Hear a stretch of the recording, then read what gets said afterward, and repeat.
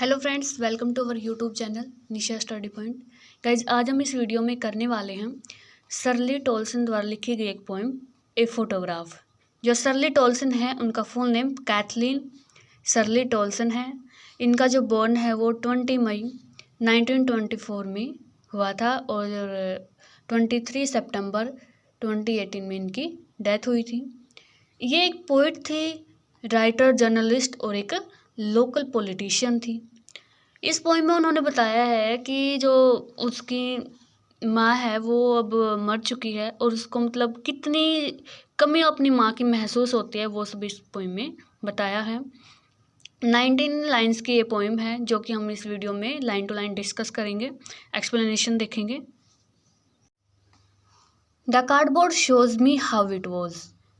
Poet के पास एक cardboard है। कार्डबोर्ड मीन्स एक फ़ोटो, और वो बताती है कि ये फ़ोटो हमें बताएगी कि वो कैसी थी।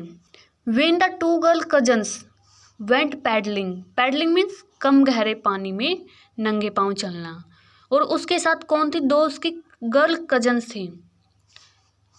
वेंट पैडलिंग, जो कि पैडलिंग कर रही थी। Each one holding one of my mother's hand, और दोनों ने मेरी माँ का एक एक हाथ पकड़ा हुआ था। And see the big girl, और देखो ये जो बड़ी लड़की है, सम 12 ईयर्स और सो, ये कुछ 12 साल के आसपास रही होगी। एक्चुअली ये जो बड़ी लड़की है 12 साल की है, जो ये पोइट की माँ है, और इसी के बारे में जो पोइट है वो बात करती है। All three stood still. Poet कहते हैं कि देखो ये तीनों जो खड़ी हैं, टू स्माइल दो देयर हेयर, वो अपने बालों में से स्माइल कर रही हैं।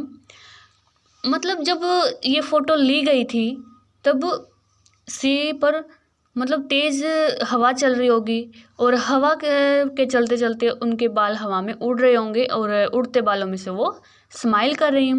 At the uncle with the camera at a sweet face, और ये जो अंकल हैं, जो कैमरामैन हैं जिन्होंने मेरी माँ की फ़ोटो ली है, ए स्वीट फेस, उनकी तरफ उसने, मेरी माँ ने और उसकी बहनों ने एक स्वीट फेस, एक स्माइल दी है, इसलिए वो हंस रही हैं। My mother's that was before I was born. ये मेरी माँ है, that was before I was born, जब तक कि मैं मेरा जन्म भी नहीं हुआ था उससे पहले की है ये photo. And the sea which appears to have change less, और ये सी को देखो, इसमें अभी तक कोई भी चेंज नहीं हुआ है। अगर आज भी हम इसको जाकर देखा तो इसमें थोड़ा सा भी चेंज नहीं हुआ है। Was there terribly transient fit. Transient मतलब कुछ समय के लिए होना, अस्थायी होना।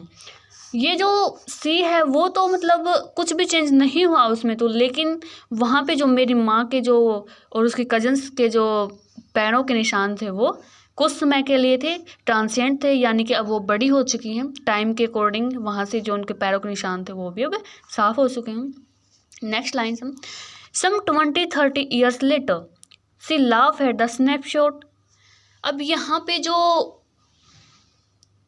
पोइट की मम्मी है, उन्होंने कभी उसको बताया था कि देखो उस फोटो के बारे में कि देखो कुछ 20-30 साल पहले, सी लाफ एट द स्नैपशॉट, देखो वो कितनी फ़ोटो में से हंस रही है।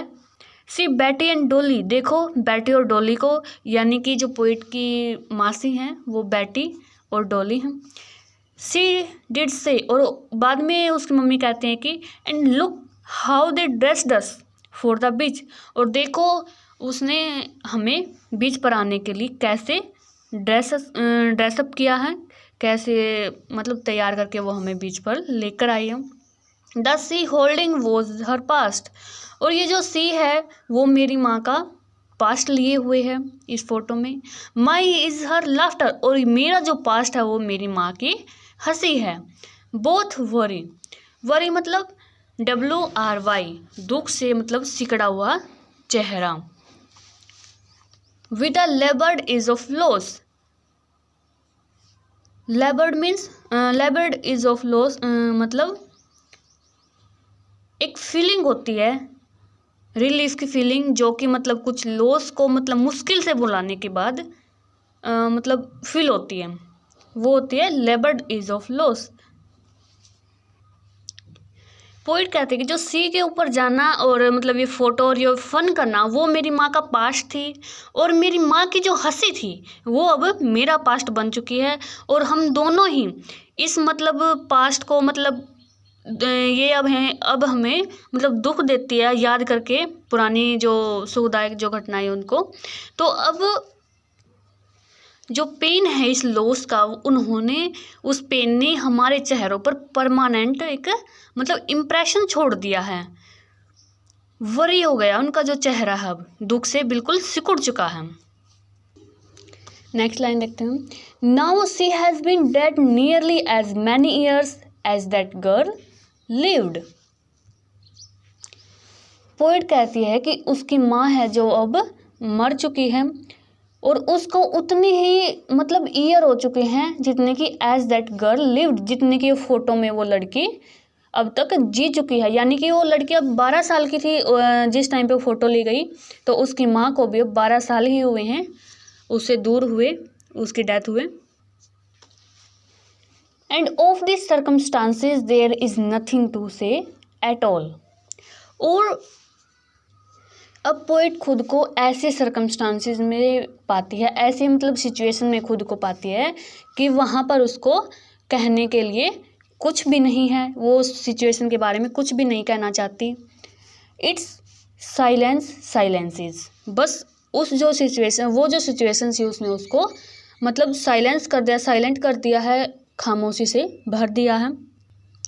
यानी कि उसकी माँ की जो कमी है, पोइट की माँ की जो कमी है, उसने उस पोइट को बिल्कुल ही सुन कर दिया, खामोश कर दिया है, उसके पास अब कहने को कुछ भी नहीं है। आई होप कि आपको ये वीडियो बिल्कुल अच्छे से समझ में आई होगी।